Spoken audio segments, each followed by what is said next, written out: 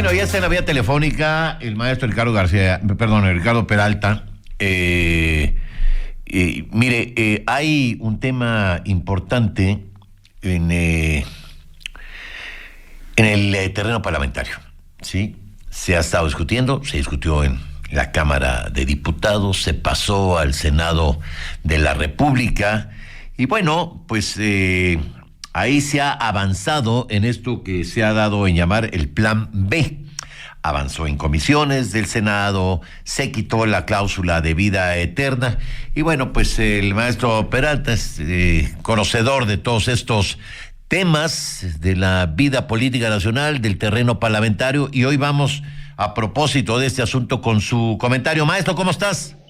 Contento de escucharte, mi querido Enrique Lascano, y pues en efecto el Plan B avanzó, amigo, y si me permites hacer estas distintas argumentaciones que pues hoy deben de ser de la atención nacional. Te escuchamos atentos, Ricardo. Muchas gracias. Pues finalmente se votó el dictamen que integra la propuesta de la reforma de diversas leyes electorales que se aprobaron ayer en comisiones en el Senado de la República, y más o menos se sintetiza en que se establecen límites al INE, al Tribunal Electoral del Poder Judicial de la Federación, para que no se atente contra la libertad de expresión, para que las consejeras y magistrados no puedan ganar más que el presidente de la República, porque también en este caso, así como otros servidores públicos en un país como el de nosotros, ganan una millonada, además de una serie de atribuciones que no tendrían que tener, tendrían que llevar una vida modesta.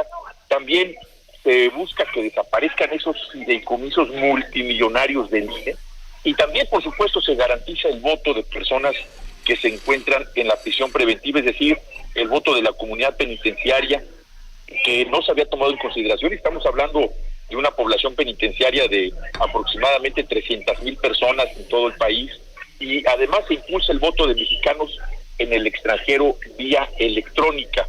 Recordemos un poquito de historia: el INE, que fue creado en 1990 y que ha sido objeto de múltiples transformaciones desde entonces, cuando se creó como Instituto Federal Electoral, hasta el día de hoy.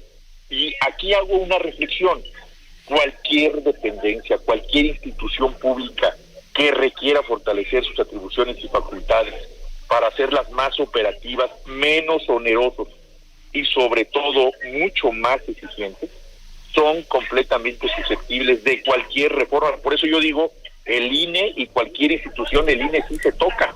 ¿Por qué? Porque el INE se convirtió en una suerte, y quiero hacer una analogía institucional, el INE se convirtió en lo que fue una suerte de la Policía Federal, donde en el discurso se buscó incidir en los altos niveles de criminalidad y en los hechos de el secretario de Seguridad Pública, Genaro García Luna, que hago aquí un paréntesis, que ya salió hoy condenado por todos los delitos relacionados con narcotráfico, precisamente por proteger a uno de los cárteles más poderosos del planeta, y que hoy seguramente va a haber una sentencia, yo calculo, de cuando menos 20 años de prisión. Dime algo, maestro Peralta. A ver, claro, déjame preguntarte algo, y te lo pregunto no solamente como político, te lo pregunto como abogado, como académico del derecho que eres, como constitucionalista.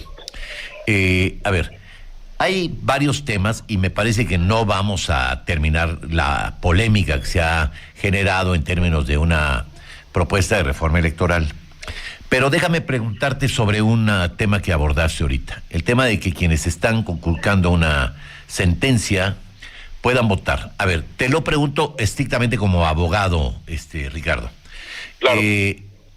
Durante muchos años, bueno, la norma no permite que puedan votar quienes han violentado a una sociedad, quienes han agraviado con algún acto delictivo a una sociedad.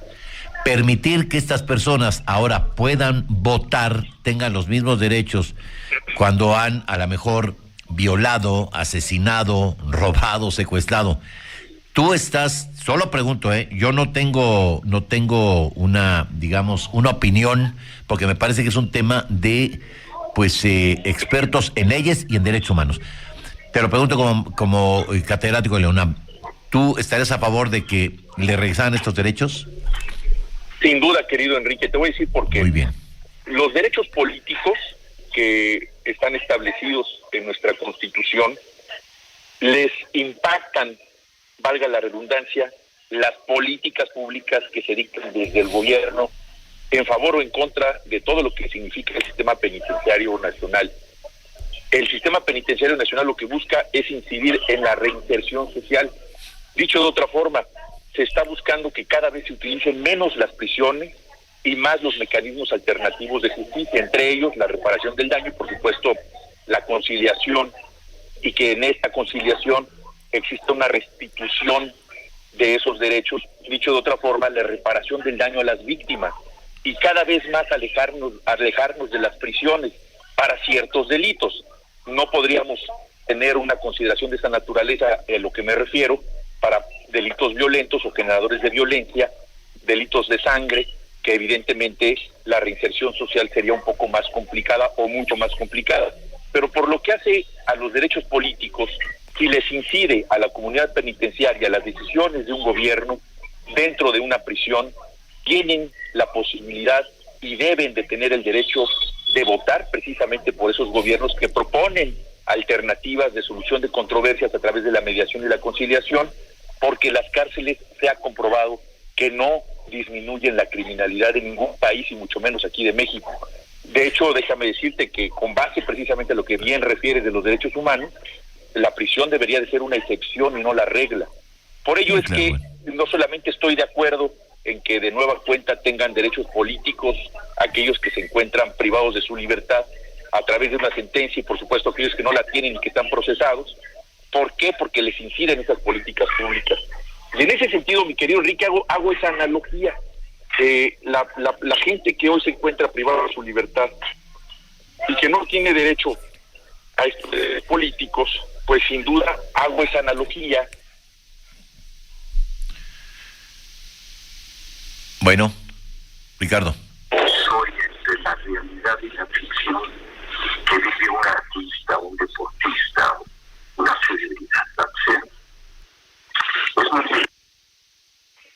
Un poquito relacionado con la comparativa con la policía de Berlín, donde se está gestando esta sentencia.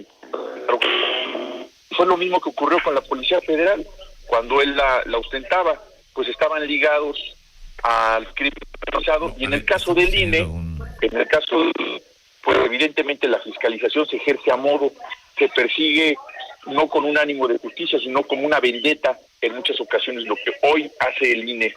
Hay una marcha que se está convocando para el próximo domingo, donde... ¿Me estás oyendo, Ricardo? No, perdimos al maestro Peralta, ¿no? Estábamos... no lo escucho.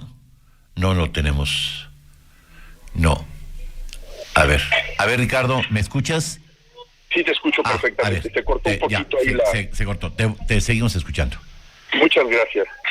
Entonces les decía que esa analogía que hago entre la Policía Federal y el INE como tal, no funcionó la Policía Federal en su momento precisamente porque se ligaron con el narcotráfico. Esta analogía, toda proporción guardada, que hoy hace el INE precisamente dando y actuando en los temas de fiscalización como un ejemplo, a modo, lo hacen a modo, como una vendetta política, un tema ideológico, y que sin duda está causando que haya ese desánimo precisamente con las instituciones y que sea necesario que se reforme el INE. El INE sí se tocan las instituciones públicas cada vez que estas sean susceptibles de alguna reforma, como este ejemplo que estoy dando de adquirir de nueva cuenta derechos políticos en favor de la comunidad penitenciaria y otros muchos más. Hay una agenda legislativa enorme porque sin duda esto será materia de acciones de inconstitucionalidad. Bueno, pues hay también una agenda legislativa con profundas reformas, aún pendientes por desahogar, como por ejemplo el fortalecimiento del Poder Judicial, que está en la agenda legislativa del Senado de la República y que ya veremos lo que suceda todavía al final de esta legislatura y por supuesto después del 2024, querido Enrique. Pues ahí tiene usted al maestro Ricardo Peralta con este tema que no deja de tener ahí un lado muy polémico, pero ahí está clara la explicación y la opinión del maestro Peralta. Te mando un abrazo, maestro. Igualmente, querido Enrique, y muy buen provecho, que ya es hora de comer. Hasta pronto y saludos a todos. Muchas gracias. Gracias, Ricardo.